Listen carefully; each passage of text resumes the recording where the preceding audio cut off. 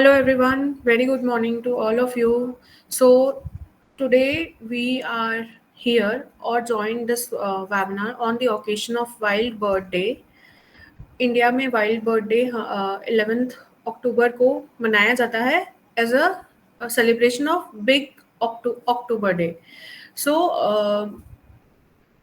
today we have Dr. Raman Kumar sir, uh, who will be delivering a talk on woodpeckers.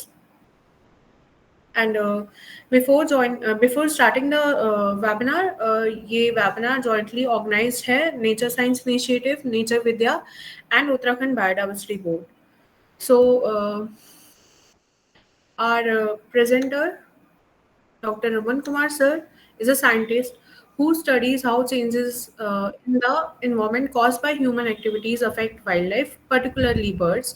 His main research interest is in the woodpeckers, and he has been this remarkable group of birds for the past 20 years. He is closely involved in citizen science programs that encourage ordinary people, particularly school children, to take on the role of scientists to observe and monitor nature. He and he and his colleagues at Nature Science Initiative have been working to create awareness about nature among people through public events, workshop, and awareness materials. So, not taking much time of anyone, sir, I hand over the platform to you. Thank you Riya. Welcome everyone के आज आप सब आए और वीकडे पे खासतौर से Monday को सुबह आपने समय निकाला इसके लिए. तो मैं सबसे पहले एक आभार व्यक्त करना चाहता हूँ उत्तराखंड बायोडाइवर्सिटी बोर्ड, जिनका ये बहुत अच्छा इनिशिएटिव है पब्लिक आउटरीच का, और ये सीरीज ऑफ वेबिनार्स ऑर्गेनाइज कर रहे हैं ओपन टू एवरीवन, ताकि वाइल्ड लाइफ और बायोडाइवर्सिटी के बारे में जानकारी आम लोगों में बढ़ सके. तो मैं कॉन्ग्रेचुलेट करता हूँ बायोडाइवर्सिटी बोर्ड को, और शायद पूरे इंडिया के अलग अलग स्टेट्स में ये एकमात्र बायोडाइवर्सिटी बोर्ड है जो इस प्रकार का इनिशिएटिव कर रहा है, जहां तक मुझे पता है. तो उसके लिए भी कॉन्ग्रेचुलेशन सभी को. तो ये वेबिनार बहुत ही इनफॉर्मल है, क्योंकि मतलब एकेडमिक टाइप नहीं रहेगा. तो इसलिए आप अपने सवाल खुलकर पूछिए. बस बीच में क्योंकि अगर बहुत सारे लोग एक साथ बोलने लग जाएंगे तो थोड़ा सा रिया आपको समझा देंगी कि क्या प्रोटोकॉल है सवाल पूछने का. दूसरा, मैंने ये वेबिनार काफ़ी शॉर्ट रखा है ताकि बातचीत और सवाल जवाब के लिए समय मिल पाए, और जितना मुझे जानकारी है इस टॉपिक पर मुझे खुशी होगी कि मैं आप लोगों से साझा कर सकूं. भाषा के मामले में किसी को कोई दिक्कत अभी? I hope everyone is okay with a mix of English and Hindi. तो अगर किसी को दिक्कत भी आएगी वो प्लीज आप हाथ खड़ा कर देंगे, या कुछ समझ में नहीं आया तो मैं कोशिश करूंगा दोनों भाषाओं में समझाने की. तो शुरू करें रिया? जी सर. Yes sir. आप सबसे एक और रिक्वेस्ट है, आप प्लीज अपना माइक म्यूट रखिएगा, और आपको एक फीडबैक फॉर्म की लिंक ग्रुप में शेयर इस चैट बॉक्स में शेयर की जाएगी after the completion of presentation, ताकि आपका सर्टिफिकेट ऑफ पार्टिसिपेशन हम प्रोसेस कर सके. तो हमारे साथ लास्ट तक के बनिए रहिएगा. Okay sir, thank you so much sir. Sir you can start the presentation.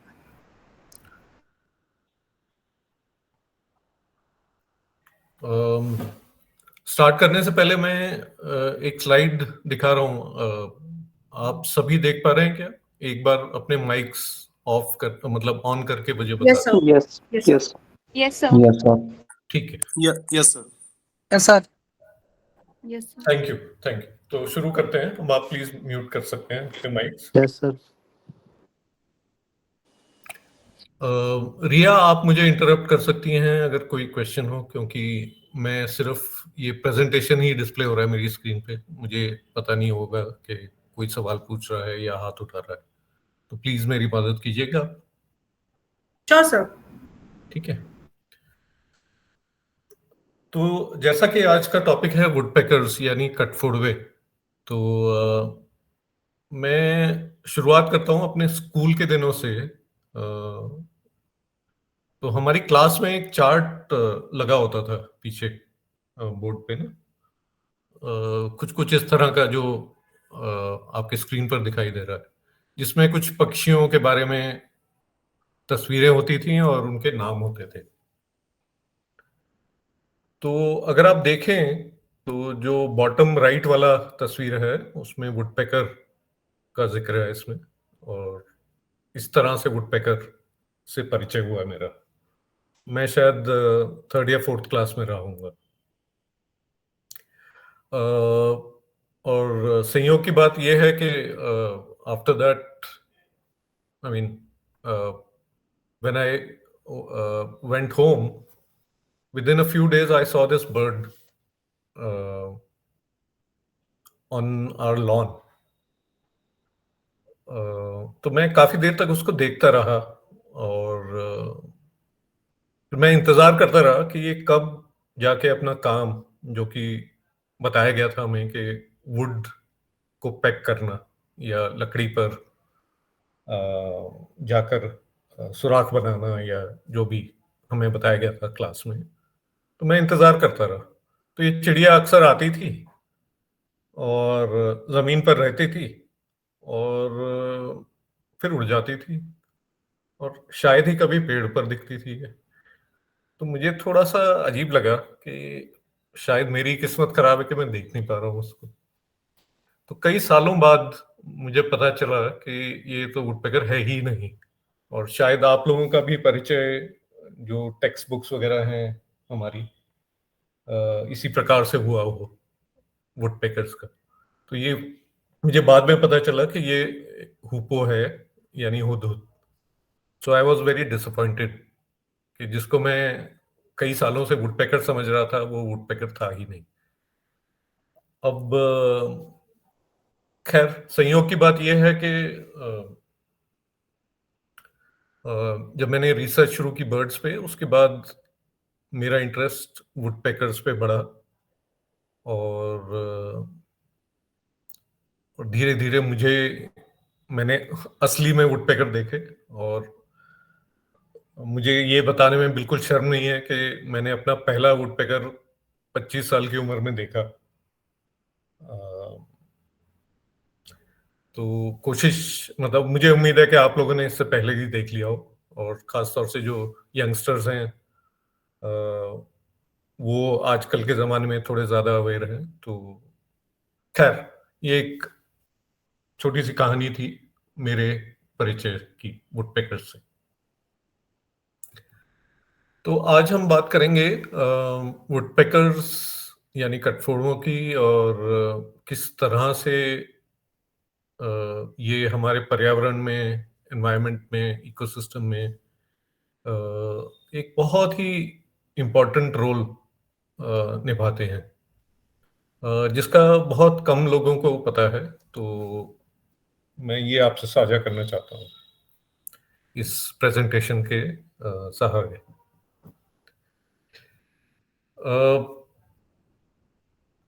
सबसे पहले एक छोटा सा परिचय ले लें, एक इंट्रोडक्शन वुडपेकर्स के बारे में। आप लोग जानते होंगे कि पूरी दुनिया में करीब 10,000 से ऊपर पक्षियों की प्रजातियां हैं, बर्ड्स की स्पीशीज हैं। More than 10,000 species of birds, of which about just over 200 of them belong to this unique family called Picidae, which is the woodpecker family. तो ये इंसेक्टिवोरस होते हैं, यानी ज्यादातर कीड़े खाते हैं। एंड इनका जो स्पेशलाइजेशन है कीड़े खाने, कीड़े तो बहुत चिड़ियां खाती हैं। इनफैक्ट अगर हम देखें तो 60% of all birds species are insectivorous. तो जैसे कि हमें बताया जाता है ना कि चिड़िया के लिए दाना डाल दो, तो वो दाना अगर हम डालेंगे तो वो एक माइनॉरिटी को ही मिलेगा। और अगर हमें वाकई में पक्षियों की डाइवर्सिटी को इनकरेज करना है तो हमें इंसेक्ट्स को इनकरेज करना पड़ेगा। तो खैर, तो ये इंसेक्टिवोरस बर्ड्स हैं, तो ये बहुत बड़ा ग्रुप है। लेकिन इनका जो इंसेक्ट्स या फूड खोजने और पाने का तरीका है वो काफी अलग है बाकी ग्रुप से। और उसके लिए इवोल्यूशन के दौरान इनमें, इनके बॉडी पार्ट्स में काफी मॉडिफिकेशन हुआ है और ये बिल्कुल स्पेशलिस्ट बन गए हैं। और खास तौर से पेड़ों के ट्रंक्स यानी तनों या खड़ी खड़ी सतहों पर इंसेक्ट्स ढूंढने में और खाने में। तो इसके बारे में थोड़ा सा और डिटेल में बात करते हैं बाद में। तो पहले एक ये छोटा सा मैप दिखाना चाहूंगा मैं आपको। ये पूरी दुनिया का मैप है, उम्मीद है आपको क्लियर दिख रहा होगा। आप देख पा रहे हैं? जी सर। तो इसमें कुछ कलर कोडिंग है। जो ये पिंक कलर है, और जैसे जैसे ये गहरा होता रहता है, लाल की तरफ बढ़ता है, वो ये दर्शाता है कि वुडपेकर डाइवर्सिटी बढ़ रही है। तो मोटा मोटा अगर हम देखें तो अंटार्कटिका और ऑस्ट्रेलिया के अलावा सभी कॉन्टिनेंट्स में वुडपेकर हैं। और इनका सीधा संबंध जंगलों से है, फॉरेस्ट से है। तो जहां भी फॉरेस्ट हैं तो वहां वुडपेकर होना लाजमी है, सिवाय ऑस्ट्रेलिया के, क्योंकि ऑस्ट्रेलिया का इकोलॉजी काफी डिफरेंट है, अलग है। तो खैर, आप ये मैप देख सकते हैं। इसमें अगर आप देखें तो सबसे गहरे लाल वाले इलाके, the deepest shade of red, which also indicate the highest richness of woodpeckers. Uh, you can easily make out that one is South America, the tropical parts of South America, and the other is this Southeast Asia. लेकिन साथ साथ अगर आप देखें तो ये हिमालय वाला जो इलाका है, ये जो वेस्टर्न हिमालय तक एक्सटेंड कर रहा है, ये भी काफी गहरा है। तो हम जहां हम बैठे हैं देहरादून में, कम से कम जहां मैं बैठा हूं, और हमारे प्रदेश में उत्तराखंड में वुडपेकर डाइवर्सिटी काफी हाई है। और अगर हम थोड़ा जूम इन करें इंडिया के मैप पे, तो इसमें जो गहरा हरा है वो इंडिकेट कर रहा है कि जहां वुडपेकर डाइवर्सिटी सबसे ज्यादा है। तो इसमें आपको 3 हॉटस्पॉट्स मोटे मोटे आप देख पा रहे होंगे। एक तो ये वेस्टर्न घाट्स वाला एरिया है जो गहरा है। दूसरा, कोई ताज्जुब की बात नहीं है, नॉर्थ ईस्ट इंडिया, जो कि वाकई में वैसे ही बहुत रिच है बायोडाइवर्सिटी में। और जो अचंभे की बात है वो ये सब हिमालयन, यानी जो हिमालय की तलहटी वाले इलाके हैं वहां पे। तो ये एक अजीब बात है कि एक टेम्परेट रीजन, यानी हम ट्रॉपिकल भी नहीं है जहां हम बैठे हैं, इस इलाके में इतनी विविधता वुडपेकर्स की। यानी पूरे देश के आधे से ज्यादा वुडपेकर्स यहाँ पाए जाते हैं। कम से कम 17 प्रजातियां उत्तराखंड में पाई जाती हैं। तो इसकी वजह एक तो ये है कि ये जो इलाका है हिमालय वाला, ये 2 इकोलॉजिकल बायोम्स का जोड़ है यहाँ पे। यानी अगर नॉर्थ की तरफ होगा तो ये जो यूरेशियन एलिमेंट है, यूरोपियन टेम्परेट एलिमेंट, वो आ जाता है, और इसके साउथ जो ट्रॉपिकल एरियाज हैं उसका असर भी आ जाता है। तो देखा जाए तो ये एक जोड़ है, ताकि और जिस वजह से ट्रॉपिकल इकोसिस्टम्स का भी असर है, और टेम्परेट यानी जो ठंडे इलाके हैं उनका भी असर है। इस वजह से इस जोड़ पे बायोडाइवर्सिटी और खासतौर से बर्ड्स की डाइवर्सिटी काफी हाई है। तो नेचुरली वुडपेकर्स की भी डाइवर्सिटी हाई है। तो मेरा धीरे धीरे इंटरेस्ट बढ़ा वुडपेकर्स में। तो सबसे पहले मैंने थोड़ा खोजबीन की कि यहाँ कितना काम हुआ है वुडपेकर्स का, क्योंकि डाइवर्सिटी तो बहुत ज्यादा है एशिया में। अगर अब, और ये एक बड़ा मजेदार सा ग्राफ है, अगर आप लोग थोड़ा सा ध्यान दें इस पे समझ सके, तो जो डार्क बार्स हैं ग्रे कलर के, वो ये दर्शाते हैं कि किस कॉन्टिनेंट में वुडपेकर की कितनी प्रजातियां हैं। यानी लैटिन अमेरिका में काफी हाई है, 100 से अधिक प्रजातियां हैं। एशिया में करीब 60 के आसपास प्रजातियां हैं। और लेकिन अगर आप देखें नॉर्थ अमेरिका में तो करीब 20 के आसपास होंगी प्रजातियां। नॉर्थ अमेरिका में कम प्रजातियां हैं। अब दूसरी तरफ हम देखते हैं कि कितनी रिसर्च हुई है इन पे। जो ये सफेद बार्स हैं, इससे पता लगता है आपको। तो जबकि नॉर्थ अमेरिका में बहुत कम प्रजातियां हैं दुनिया की, लेकिन सबसे ज्यादा रिसर्च वहां हुई है। और मजे की बात है कि एशिया में जहां अधिक, नॉर्थ अमेरिका के हिसाब से काफी अधिक वैरायटी है वुडपेकर्स की, वहां जितनी स्पीशीज हैं उससे भी कम स्टडीज हुई हैं।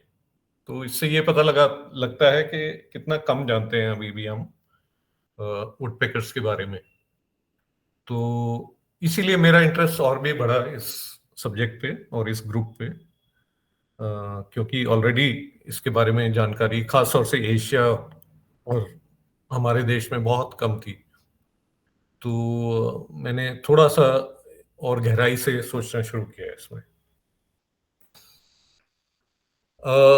अब वुडपेकर्स की बात करें, जैसा कि मैंने बताया कि ये इनका जंगलों से बिल्कुल सीधा संबंध है। जहाँ पे भी वुडी वेजिटेशन है, यानी सख्त झाड़ियाँ या पेड़ हैं, वहाँ पे वुडपेकर्स नेचुरली पाए जाते हैं। और अगर आपको थोड़ा एक सरसरी निगाह भी डाले कि जो बदलाव हो रहे हैं पूरी इकोलॉजी और दुनिया में जंगलों में, वो इसी तरह के इकोसिस्टम्स में हो रहे हैं। यानी जो फॉरेस्टेड एरियाज हैं या वुडेड एरियाज हैं, वहाँ सबसे तेजी से और सबसे ज्यादा बदलाव हो रहे हैं। तो जाहिर है कि वुडपेकर्स क्योंकि इनसे बहुत करीबी से जुड़े हुए हैं, तो जो भी बदलाव होंगे इनका असर कटफोड़ुओं पे भी पड़ा है। और एक दो एग्जांपल्स है, मैं ज्यादा साइंटिफिक नहीं रख रहा हूँ, बट एक उदाहरण के तौर पे साउथ ईस्ट एशिया में देखें, जहाँ पे अभी भी काफी पेड़ों का कटान जारी है, वहाँ वुडपेकर्स की संख्या करीब पहले से 60% ही रह गई है। और कुछ प्रजातियां जो बड़ी हैं खास तौर से, वो या तो एक्सटिंक्ट हो गई हैं या बहुत तेजी से इनकी जो पॉपुलेशन है वो कम हुई है। इसका एक एग्जांपल है आइवरी बिल्ड वुडपेकर। आप चाहें तो इसके बारे में काफी चर्चा हुई है और डिबेट भी हुई है, आप अलग से देख सकते हैं, बट मैं इस ब्रीफ में बता देता हूं आपको।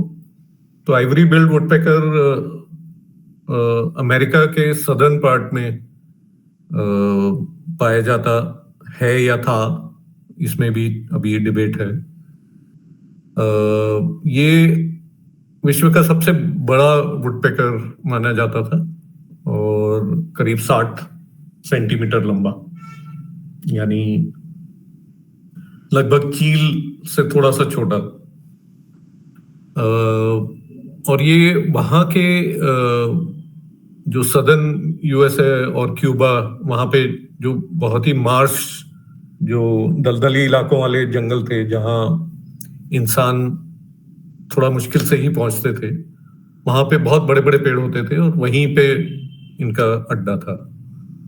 लेकिन जैसा कि अक्सर होता है, डेवलपमेंट जब होता है तो जो मार्शी एरियाज और जमीन जो है, पेड़ तो कटते ही हैं और मार्शेस को भी ड्रेन किया जाता है।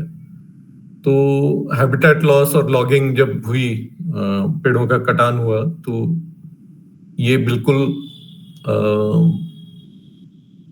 बहुत मतलब पिछले करीब 3 साल पहले इसको ऑफिशियली एक्सटिंक्ट घोषित कर दिया गया कि ये अब नहीं है इस दुनिया में। तो खैर, ये तो रही वेस्ट की बात, लेकिन हमारे ट्रॉपिकल एशिया में भी स्थिति कुछ कुछ ऐसी ही है।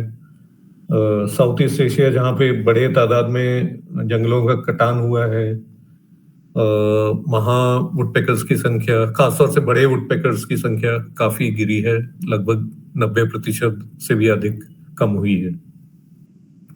तो खैर, ये एक बैकग्राउंड था, और ये भी बताता है कि आप जंगलों से कितना गहरा संबंध है वुडपेकर्स यानी कटफोड़ों का।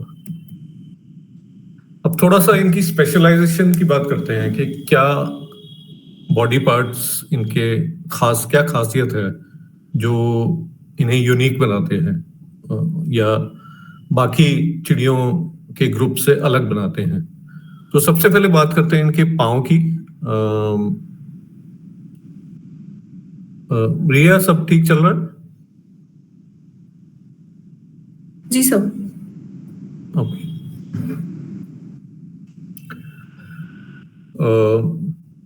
तो इनका पाँव की बनावट अगर आप देखें तो लेफ्ट साइड में जो डायग्राम है वो वुडपेकर का पाँव है और राइट साइड में एक एवरेज जो नॉर्मल चिड़िया होती है उनका है। तो आप देखेंगे तो इनके पंजे चिड़ियों के आमतौर पर 3 आगे होते हैं और 1 पीछे होता है, लेकिन अगर आप वुडपेकर्स के पंजे देखें तो 2 आगे और 2 पीछे हैं।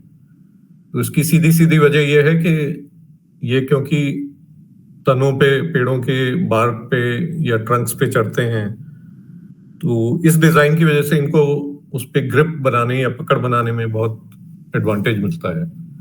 तो इवोल्यूशन के दौरान एक जो आगे का जो टो है इनका, वो पीछे की तरफ मुड़ चुका है कई करोड़ों साल के इवोल्यूशन के दौरान।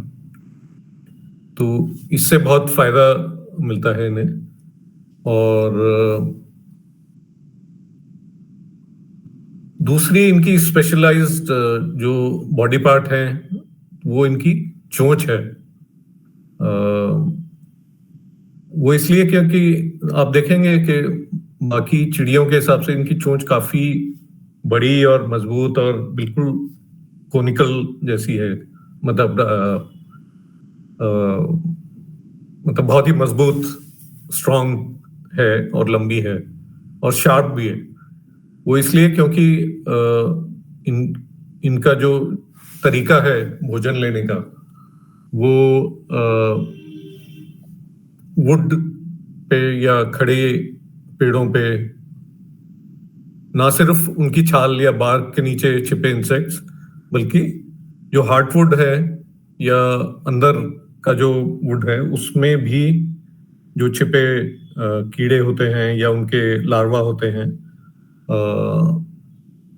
उसको खाने, उस तक पहुंचने के लिए उनको सुराख बनाने पड़ते हैं।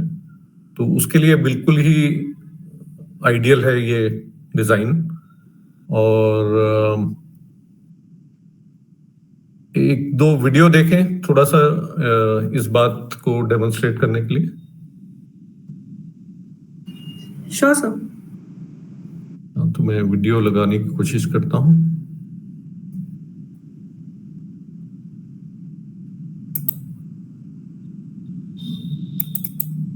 I bet you don't know these facts.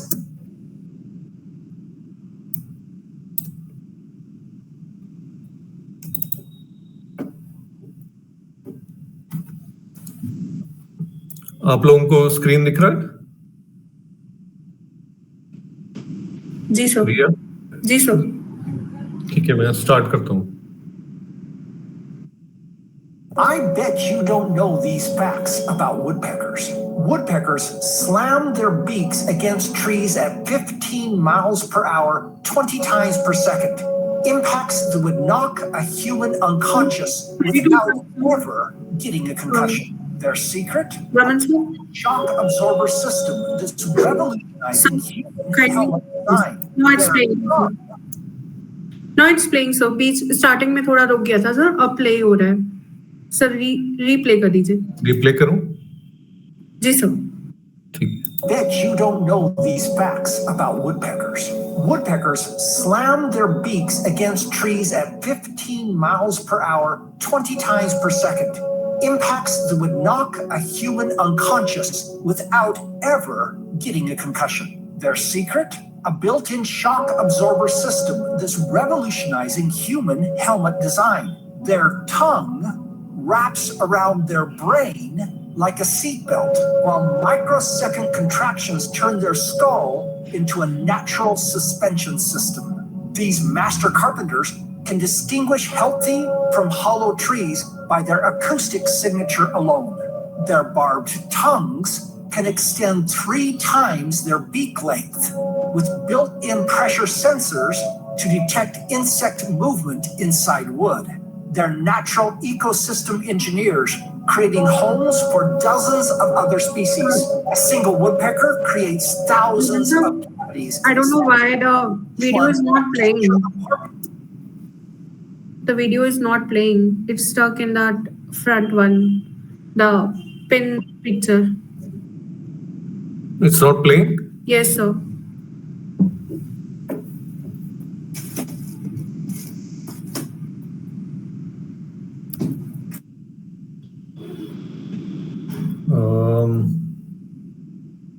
Let me try it on YouTube then. Okay, sir. Okay, sir.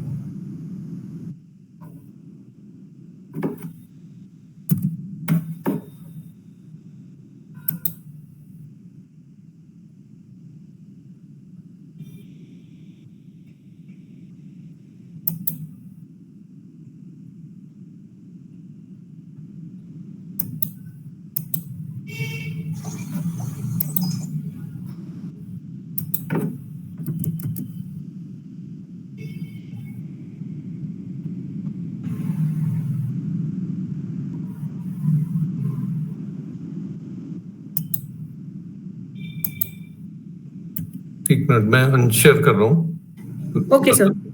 Yes, sir.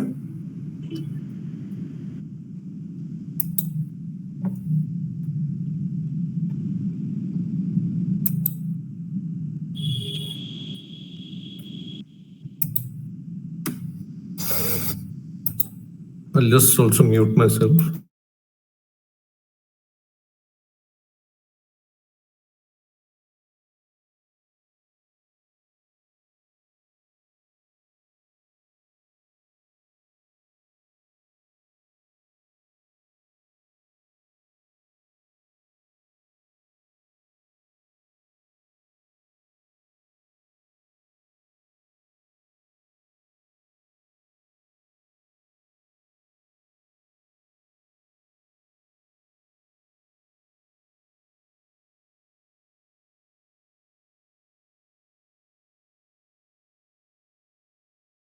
दोबारा से ट्राई कर रहा हूँ। जी sir.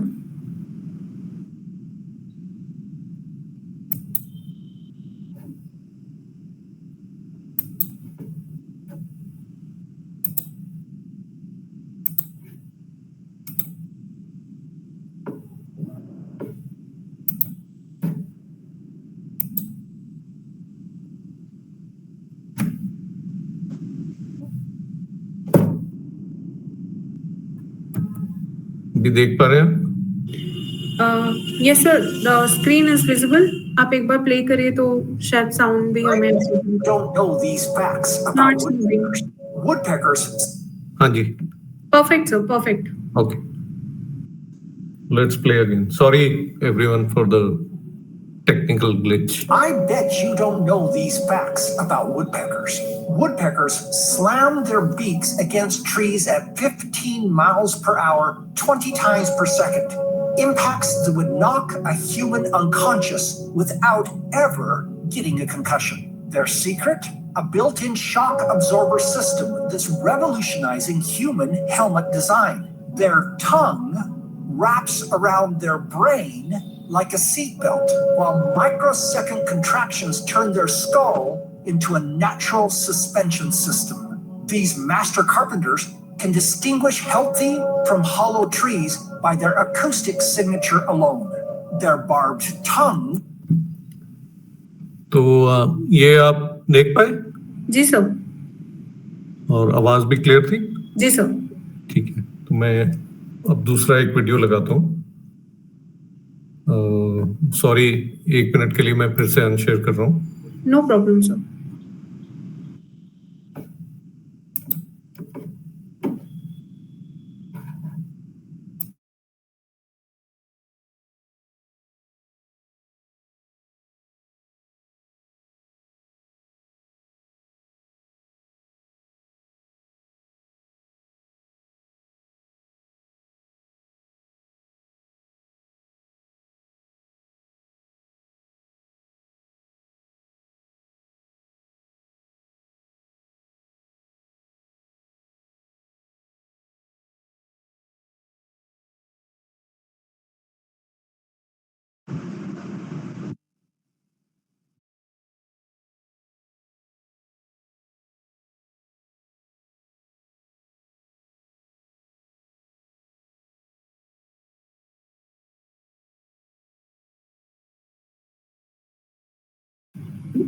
Sir, your mute video is playing but without sound. आप mute है sir, may be इसके कारण हम आवाज नहीं सुन पा रहे हैं.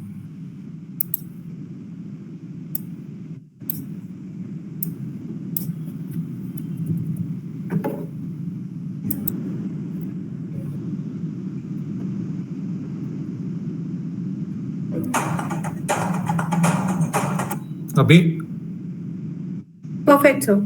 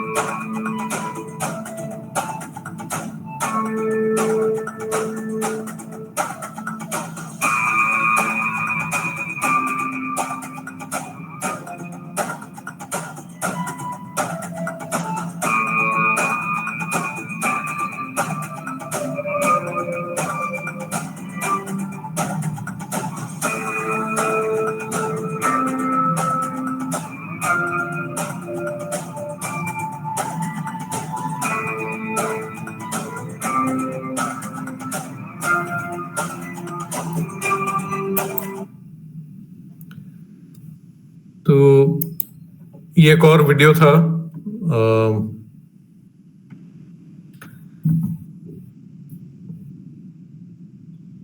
ये आप देख पाए इसको? जी सर. तो एक तो इनकी खास बात ये होती है कि जो इतनी तेज ये पैकिंग करते हैं तो बहुत तेज इम्पैक्ट होता है और इनका जो दिमाग है उसको एब्जॉर्ब करना होता है ताकि वो फंक्शनल रहे. तो ये इवोल्यूशन का करामात ही समझेंगे हम कि इनका जो ये स्ट्रक्चर है और पूरा डिजाइन है और ये पूरे बर्ड्स में यूनिक है. ये केवल वुडपेकर फैमिलीज में ही होता है. अच्छा, तो ये देखिए एक वुडपेकर किस तरह कीड़ा खा रहा है. आप देख पा रहे हैं? So it's a picture. We can see that. हाँ, तो इसके मुंह में देखिए क्या है। Tongue. तो मैं सोच रहा था, जब मैंने पहली बार देखा ऐसा, तो मुझे लगा कि इस वुडपेकर को बहुत अच्छा सा एक बड़ा सा अर्थवर्म जैसा कीड़ा मिल गया है खाने को। लेकिन बाद में मैं भी काफी चौंक गया कि ये वाकई में इसकी जीभ है। और इसके लिए एक और इंटरेस्टिंग वीडियो है, मैं आपसे शेयर करना चाहता हूँ। ये बताएगा कि इसकी टंग क्यों, जो जीभ है वो क्यों इतनी यूनिक है। तो प्लीज एक सेकंड दीजिए मुझे।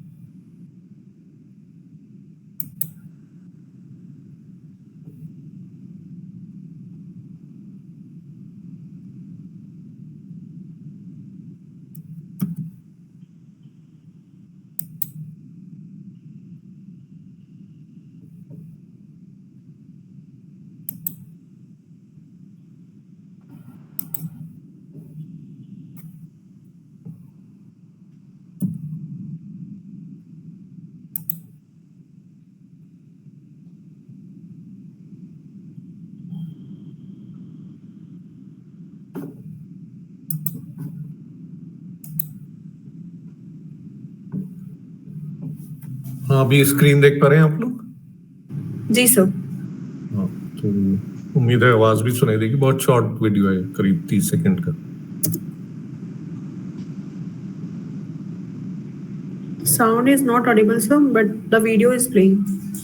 There's no sound. No sound, sir. Okay.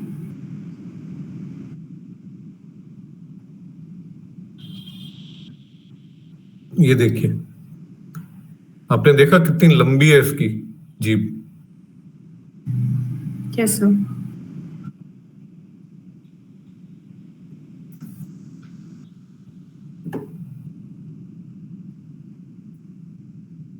तो ये खास बात है वुडपेकर्स की, कि इनकी जो जीभ होती है, ये चोंच के हिसाब से अगर देखा जाए तो कुछ प्रजातियों में, कुछ स्पीशीज में it is almost 3 times the size of the beak itself. और काफी मस्कुलर होती है ये। तो ये इसको घुमा सकता है, सुराख में डाल सकता है।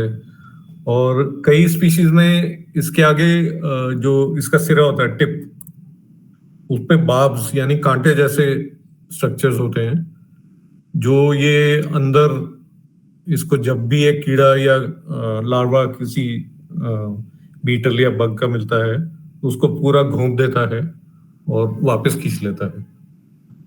तो इस हिसाब से काफी यूनिक है ये। एक मजेदार बात, थोड़ा सा मैंने कहा था मैं टेक्निकल नहीं होऊंगा, लेकिन ये एक बहुत इंटरेस्टिंग ग्राफ है जो मैंने ही नहीं, दुनिया के कुछ और साइंटिस्ट ने भी पाया है कि अगर आप किसी भी जंगल में वुडपेकर की डाइवर्सिटी, यानी ये देखें कि कितने अलग अलग टाइप के वुडपेकर्स हैं, तो बहुत अच्छी तरह आप वहां की पूरी चिड़ियों की संख्या के बारे में अनुमान लगा सकते हैं, यानी कितनी बर्ड डाइवर्सिटी है। यानी woodpecker diversity is a very good indicator of the overall bird diversity. तो जो थोड़े साइंटिफिक लोग हैं वो देख पा रहे होंगे कि इनमें सीधा संबंध है। यानी अगर मान लीजिए हम 7, इस ग्राफ के हिसाब से 7 वुडपेकर स्पीशीज कहीं देखते हैं, तो बाकी चिड़िया करीब 25 से 30 अलग अलग टाइप की चिड़िया वहां जरूर मिलेंगी। तो इस वजह से भी ये एक बहुत अच्छे इंडिकेटर हैं। यानी अगर हमें एक जंगल की हेल्थ या इकोसिस्टम की हेल्थ का जायजा लेना हो, तो बजाय कि हम पूरी चिड़ियों का सर्वे करें, केवल वुडपेकर्स का ही सर्वे कर लें, तो उससे हमें काफी अच्छा आइडिया मिल जाता है कि वहाँ पूरी बर्ड डाइवर्सिटी कैसी है। तो ये तो था इनका बायोलॉजी के बारे में, इकोलॉजी के बारे में। लेकिन जो सबसे इम्पोर्टेंट फंक्शन है वुडपेकर्स का, जिस वजह से इनको कीस्टोन स्पीशीज माना गया है। कीस्टोन स्पीशीज आप में से कई लोग जानते होंगे कि ये वो स्पीशीज होती हैं जो इकोसिस्टम से अगर हटा दिया जाए जिनको, तो पूरा इकोसिस्टम कोलैप्स कर जाता है, ढह जाएगा, यानी सब गड़बड़ हो जाएगा। तो पहले तो ये पाया गया है कि क्योंकि ये इंसेक्टिवोरस हैं, यानी कीड़े खाते हैं, कुछ स्टडीज हुई हैं जिन्होंने ये साबित किया है कि जहां वुडपेकर्स हैं और उसी टाइप के जंगलों में जहां वुडपेकर्स नहीं हैं, वहां कीड़ों की संख्या अगर देखी जाए तो जहां वुडपेकर्स हैं वहां 40% कम होती है कीड़ों की संख्या। यानी ये इतने कीड़े खाते हैं कि जो इंसेक्ट्स की पॉपुलेशन है उनको काबू में रखते हैं, कंट्रोल में रखते हैं। और अगर वुडपेकर ना हो तो ये इंसेक्ट्स के आउटब्रेक हो जाएंगे, पेड़ों को नुकसान पहुंचेगा और पूरा सिस्टम डिस्टर्ब हो जाएगा और इंसेक्ट्स की पॉपुलेशन बहुत ज्यादा बढ़ जाएगी और इकोलॉजी के अलावा इकोनॉमिक नुकसान भी होगा उस वजह से। लेकिन जो सबसे खास बात है वुडपेकर्स की, जो कला है इनकी, वो इनकी बायोलॉजी, मतलब वो केवल इसलिए नहीं है कि ये खाने के लिए सुराग बनाते हैं, बल्कि इसलिए कि ये अपने रहने के लिए सुराग बनाते हैं। तो आपकी जानकारी के लिए वुडपेकर्स 2 टाइप के सुराग बनाते हैं। ये बात मुझे भी बहुत बाद में पता चली कि एक तो रात बिताने के लिए सेफली ये रूस्टिंग कैविटीज बनाते हैं, यानी जो जिसको हम सीधा सीधा अगर एक वो दिया जाए तो रैन बसेरा जैसा होता है, नाइट हॉल्ट के लिए वो बनाते हैं कैविटीज और पेड़ों में, और वो केवल इतनी होती हैं कि जिसमें वुडपेकर आराम से छुप के समा जाए और रात को आराम से सो जाए। एक जो खास बात होती है वो ये कि एक वुडपेकर की केवल एक ही रूस्टिंग कैविटी नहीं होती, यानी एक समय पे ऐसा भी हो सकता है कि 4 से 5 रूस्टिंग कैविटी हो, जो ये बदल बदल कर इस्तेमाल करता है ताकि शिकारी पक्षियों को मतलब वो ये ना जान पाए कि ये आएगा इसी कैविटी पे रोज, क्योंकि अगर एक ही कैविटी वो प्रेफर करेगा तो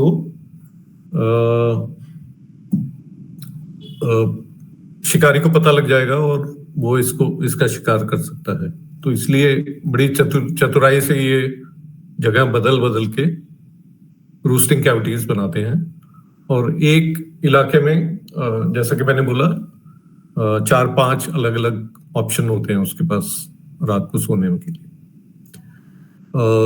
जो दूसरा टाइप की कैविटी है जो जिसमें और टाइम लगता है और मेहनत लगती है, वो होती है इसकी नेस्टिंग के लिए, यानी जब ये अपना घोंसला बनाता है तो ये एल शेप्ड होती है, यानी पहले अंदर जाती है पेड़ के और फिर नीचे इन्वर्टेड एल, जैसे उल्टा एल शेप। और वो इसलिए कि वुडपेकर उसमें अंडे दे सके और जो बच्चे उसके निकल रहे हैं वो उनकी परवरिश आराम से हो सके और बढ़ सके वो, और सेफ्टी में। तो और ये जो कैविटीज हैं, जब वुडपेकर्स अपना काम हो जाता है इसका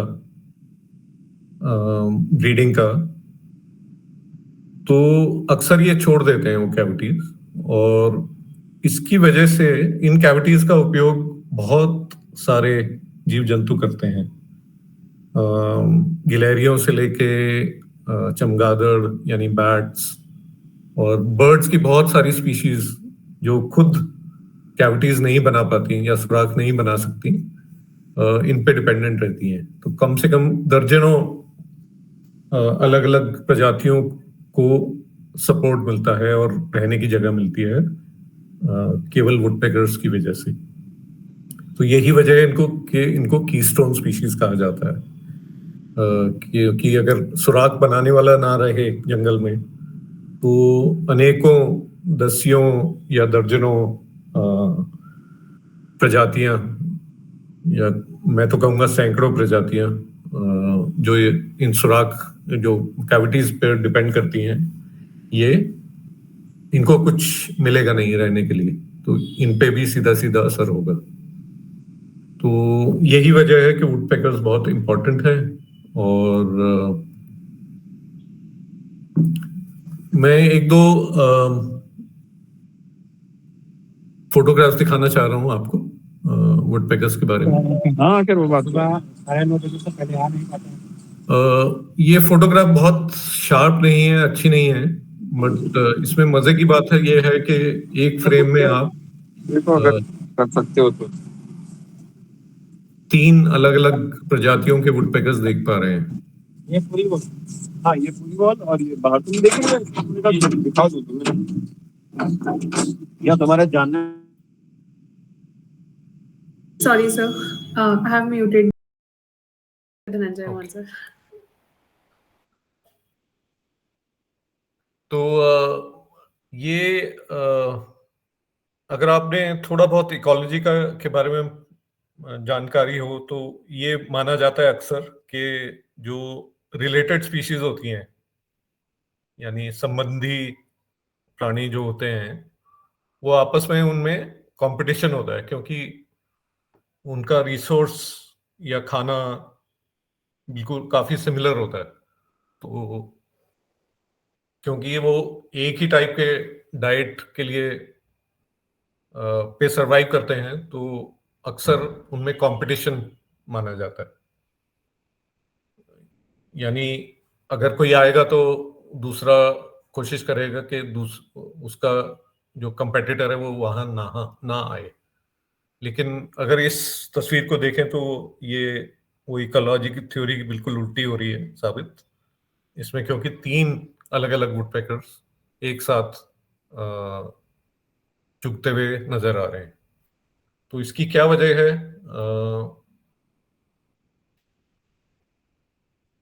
वो इस ग्राफ में आप देख सकते हैं कि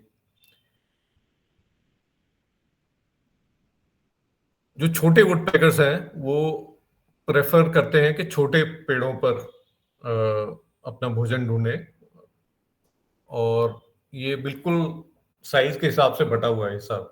तो बड़ा बड़ा वुडपेकर यानी बड़े पेड़ों पर वो खाना ढूंढेगा, छोटा वुडपेकर छोटे पे ढूंढेगा। और अगर एक ही पेड़ पे है तो तब भी बहुत बारीकी से ये डिवाइड करते हैं अपने डाइट को।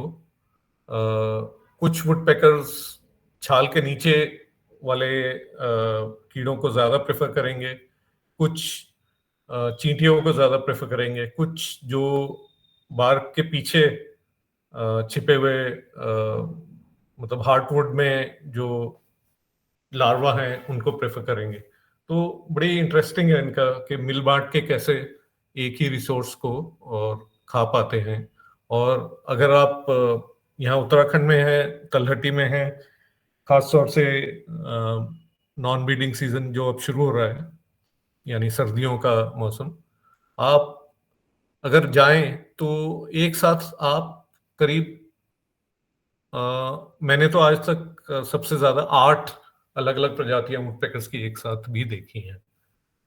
तो ये एक बड़ा अनोखा फिनोमिनन है। और तो इस टॉक को मेरे ख्याल से यहीं समाप्त करते हैं। कुछ सवाल हों आपके तो प्लीज, मुझे Yes, खुशी sir. होगी। हमारे पास चैट बॉक्स में एक क्वेश्चन है देवदत्त मिश्रा सर के through. Sir good noon day sir, is the extinction possible through genetic reformation? मैं समझ नहीं पाया, दोबारा बताएंगे? सर इन्होंने पूछा है कि जो फूड पैकर का एक्सटेंशन जो है वो पॉसिबल इसलिए भी है क्योंकि उनका जेनेटिक रिफॉर्मेशन हुआ है। जेनेटिक रिफॉर्मेशन से मैं समझा नहीं, मैं मतलब बॉटलनेक के बारे में। सर देवदत्त सर आप अनम्यूट करके एक बार सर से क्वेश्चन कर सकते हैं। Good on sir. जी बताइए। सर मेरा सवाल ये था कि is through de-extinction possible through genetic reformation? Can the lost species be brought back again? Genetic engineering वगैरह से तो कोशिशें जाती हैं, बट मेरी राय में जब तक हैबिटेट को प्रिजर्व नहीं किया जाएगा तो ये बेमाने हैं किसी भी स्पीशीज को वापस लाना। That is what I had mentioned. It is de-extinction processes. So genetic reformation के जरिए उसे वापस लाया जा सकता है जो lost species हैं. It is being worked on Tasmanian tigers as well in Australia. Yeah. Now there is also talk of getting back the dodo, the extinct dodo. Exactly, sir, But I am very skeptical about these personally. Right, sir. Because until and unless the habitat is there, there's no point in,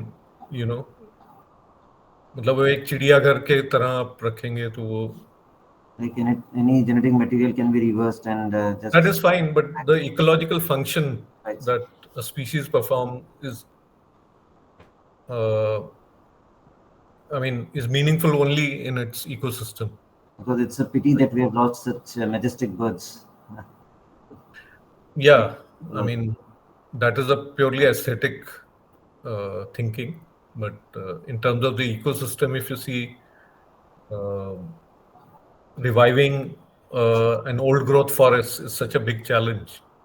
Just as you talked about the ivory bell. 400 साल पुराने पेड़ों को आप compensate कैसे करेंगे? या लगाएंगे तो 400 साल लगेंगे उसको। Exactly. उसका कोई उपाय नहीं है। 400 years to grow. मतलब it's just an example that old growth forests require. Just like you mentioned about the ivory-billed woodpecker, which is native to South America. So that is what I took interest in that. So I just put the question. Ivory bill was actually in North and Central America, not South America. That's nice. Any other questions? Yes, thank you, sir. Ria, please unmute yourself. Sorry, sir. Thank you, sir. We have next question from Vijaya Singh.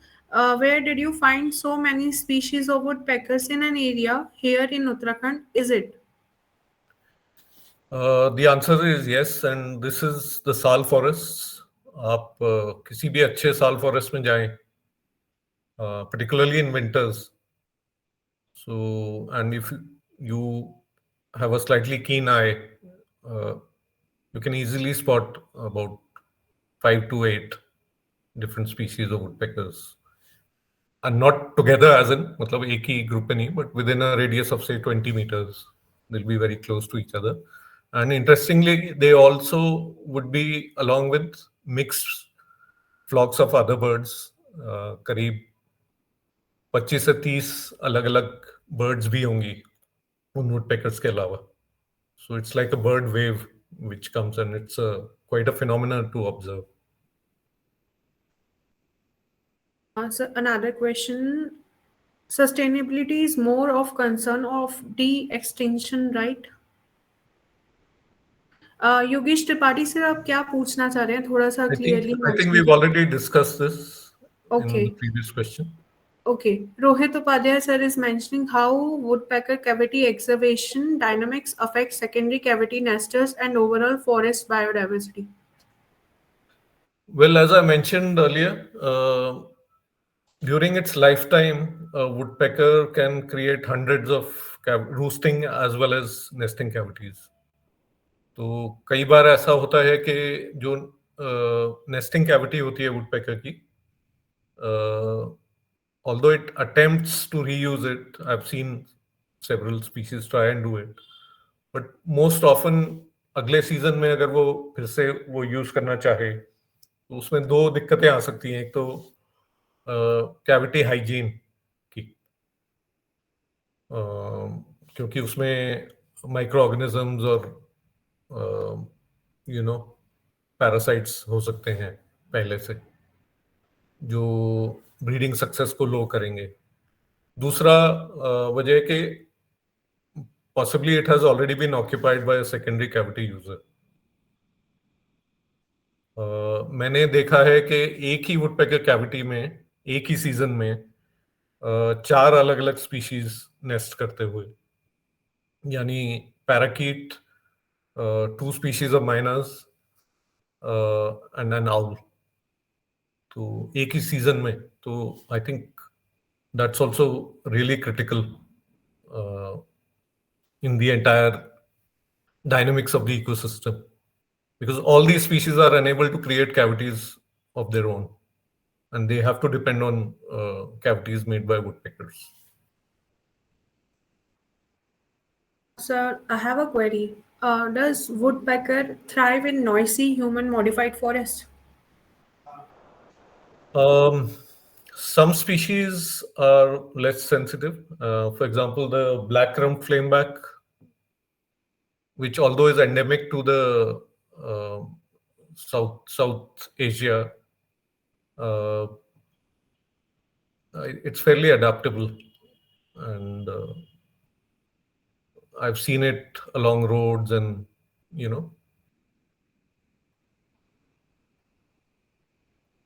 but most of the larger species are very sensitive. Sir, we have another question from Bhuvan. Sir, how these bird species make a holes on timber with high frequencies of head movement? Is there any principle for the head movement, and how these birds select the trees, timbers to peck? Well, that's a question कि कैसे वो select करते हैं, how they make a choice. It's still not very clear, but I suspect, और कई बार मैंने देखा है कि कुछ woodpeckers they initially make half cavities and then abandon them. मतलब एक कैविटी बनाना शुरू करते हैं और फिर छोड़ देते हैं बीच में ही।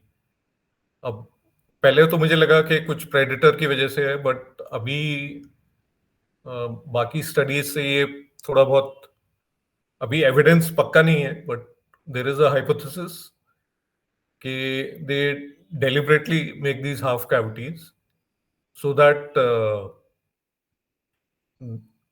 the tree gets infected by fungus and there is heartwood rot initiated, which makes the tree easier to excavate holes in. So there is one theory like this, but cavity excavation is a very energy consuming exercise. It takes several weeks, and the cavity is also very deep. So imagine if a woodpecker is, let's take the example of the largest woodpecker, the great slaty woodpecker, which is 50 centimeters in length.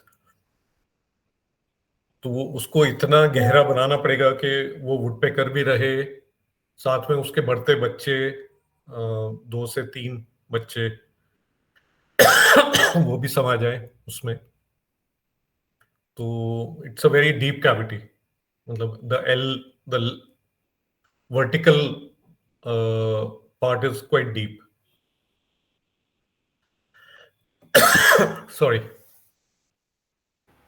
So next question, do they prefer dead trees for cavities? Any adverse effects on trees' health? Well, again, it's debatable. It depends on the species. Some species prefer dead trees, but as far as woodpeckers of sal forests are concerned, I have mostly seen woodpeckers building in live trees, or half, maybe one branch is dead, moribund, as it's called, moribund trees. Sorry, what was the second part of your question? Sir, he has mentioned any adverse effect on trees. So I think there are adverse effects. As I told you, woodpecker cavities will lead to fungal infection, but I think they are offset by the advantages. Because as I told you, woodpeckers consume up to 40% of the bark living insects or the below bark insects. तो अगर overall देखा जाए तो फायदा ये होता है उससे, क्योंकि वो जो इंसेक्ट्स से वो जो हार्टवुड रॉट पहले ही क्रिएट कर देते, उनसे तो बचाव हो रहा है उसका. तो I think there's a net gain for the tree. So we have another question. There are many helpful insects also. Sir, can the reason for insects diversity decline, as insects also the crucial part of ecosystem and economy? So birds also have negative point to the biodiversity. Can we say that?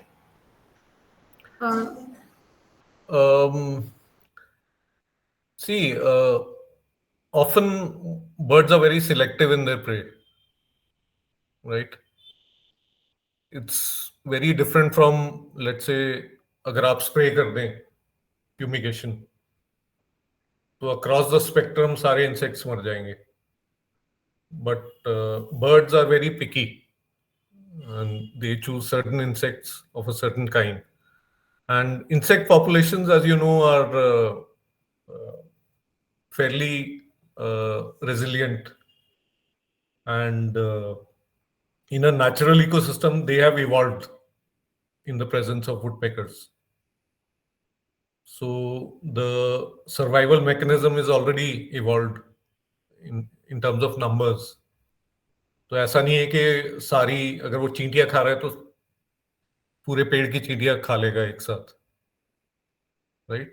So the effort and the impact is distributed, and the moment that is distributed, then overall survival of the species remains in equilibrium. So we have another question. From which age they start this digging work on trees? Well, from literature, it is from second year. I mean, पहला साल तो वो बच्चे ही रहते हैं, and they start attempting this in their second year. They may or may not be successful in raising a brood. Like all birds, it requires practice, right? And which improves with age. आप किसी भी चिड़िया को देखेंगे तो breeding success जो young birds का है वो अक्सर कम होगा compared to experienced birds. So I hope I've answered your question. Yes, sir.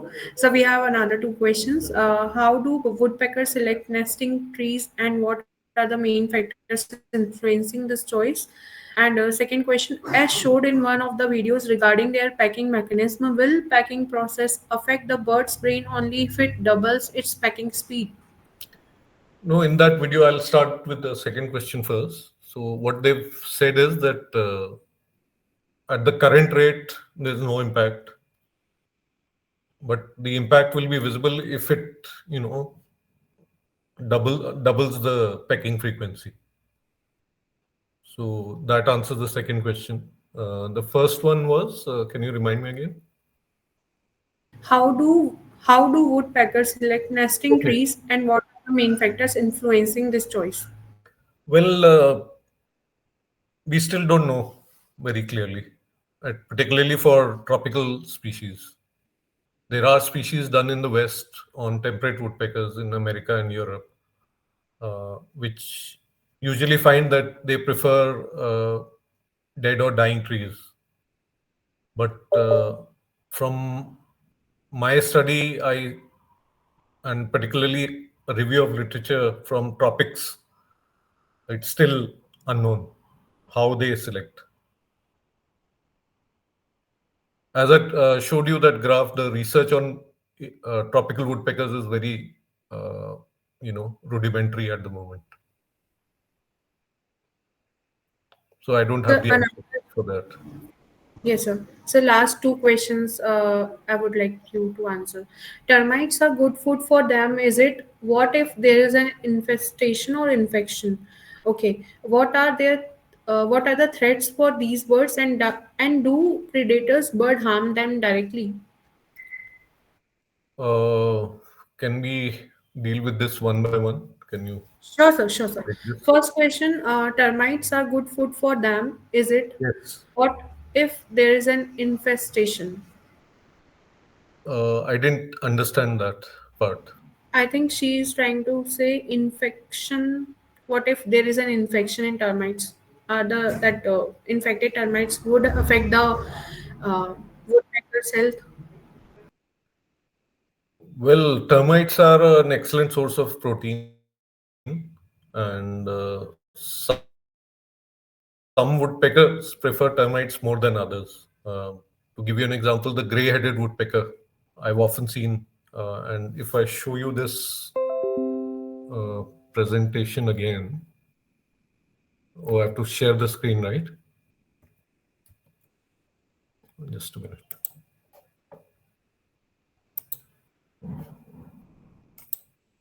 So Nandita has mentioned that she means if there are too many termites in a forest, and termites are good food for them, is it? Yeah, yeah. Uh, Termites are good food for everyone. You can see it during emergence that even hardcore frugivorous birds like hornbills, they turn into insect eaters, and even raptors like shikra and kites, they feed on termites. So it's an easy source of protein. So nobody misses a free lunch, right? So next question: what are the threats for these birds, and do predator birds harm them directly? Yes. So it's not just birds actually. So in cavities, they can be predated upon by snakes and also monitor lizards while they are inside the cavity. And otherwise, also, raptors can hunt uh, woodpeckers. I've seen instances of shikra or besra catching raptors. I mean, catching woodpeckers. But compared to other birds, I think they are fairly safe because of their habits, and you know they are usually predated upon by ambush predators.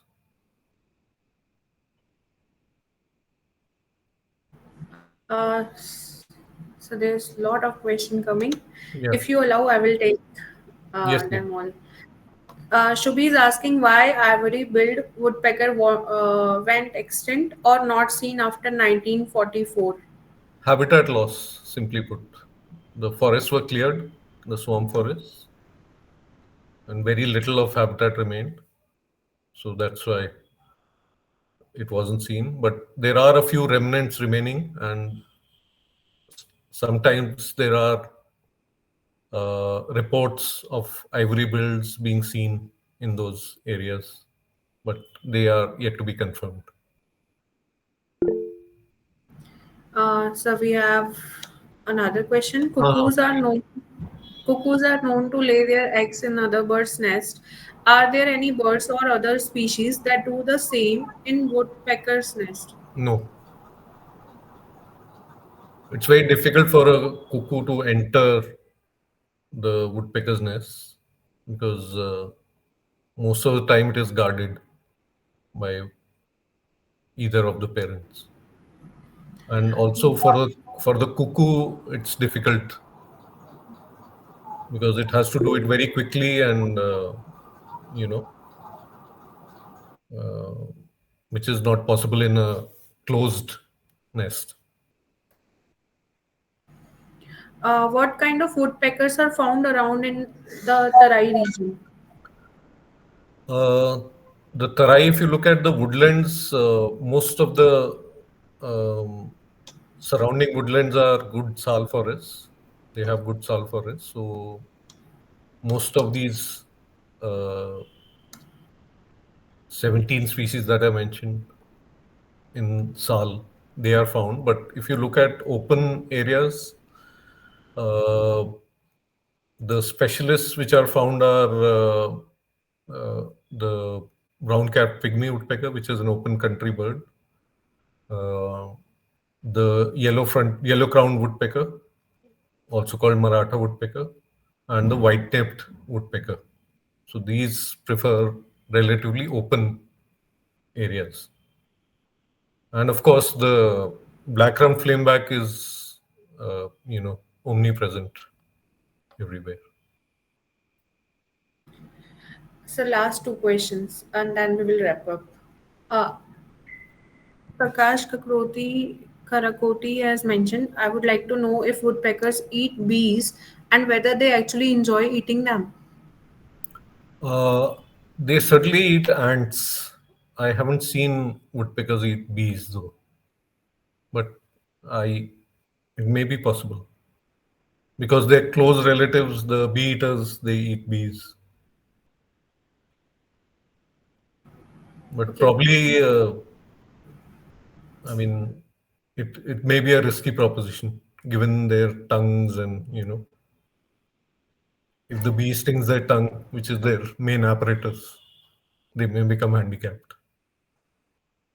So last question from Devdutt Mishra sir. In case of these birds, what is the purpose of their loud drumming? Is it a form of communication? Yes, so very interesting question. So it is one of the few forms of non-vocal communication among animals. So drumming is usually done on a hollow branch, and it's done by both sexes. So it's not just a male establishing territory, but it is done during the breeding at the start of the breeding season to announce its presence. And the drumming frequency, incidentally, is different for each species.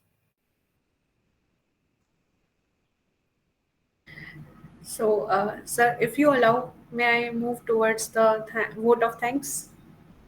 If we have covered all the questions, so I would like to proceed with the vote of thanks. Sure. I mean, if there are no further questions. No, sir, not yet. Okay. Okay. So, मैं Uttarakhand biodiversity group nature science initiative को, nature विद्या को gratitude convey करना चाहूँगी कि उन्होंने हमें बहुत short duration में इस प्रेजेंटेशन के लिए, इस वेबिनार के लिए हमारा हेल्प किया, हमें हमारे ऑफर को एक्सेप्ट किया।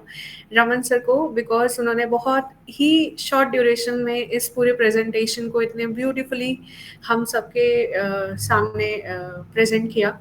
एंड हमारे स्पीकर रमन सर ने इतने अच्छे से हमारे वुड पिकर्स की जो जर्नी है, उन्होंने अपने एक्सपीरियंस को हम सबको नॉलेज शेयर किया, उसके लिए sir thank you so much. हमारे सीनियर्स जो हमारे साथ इस वक्त जुड़े हुए हैं, doctor Dhananjay Mohan sir and office के सीनियर्स, इन सबको भी थैंक यू। एंड हमारे जितने भी ऑडियंस है, अटेंडीज़ है, उन सब का भी थैंक यू बिकॉज वो रेगुलरली हमारे वेबिनार्स को अटेंड करते हैं और इन वेबिनार्स को सक्सेसफुल बनाते हैं।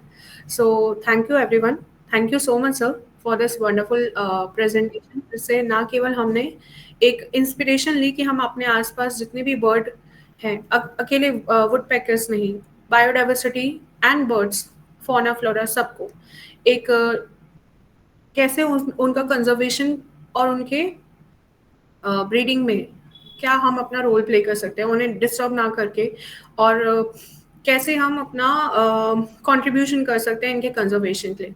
So, sir, thank you so much for this wonderful presentation. And with this, I would like to end this session here.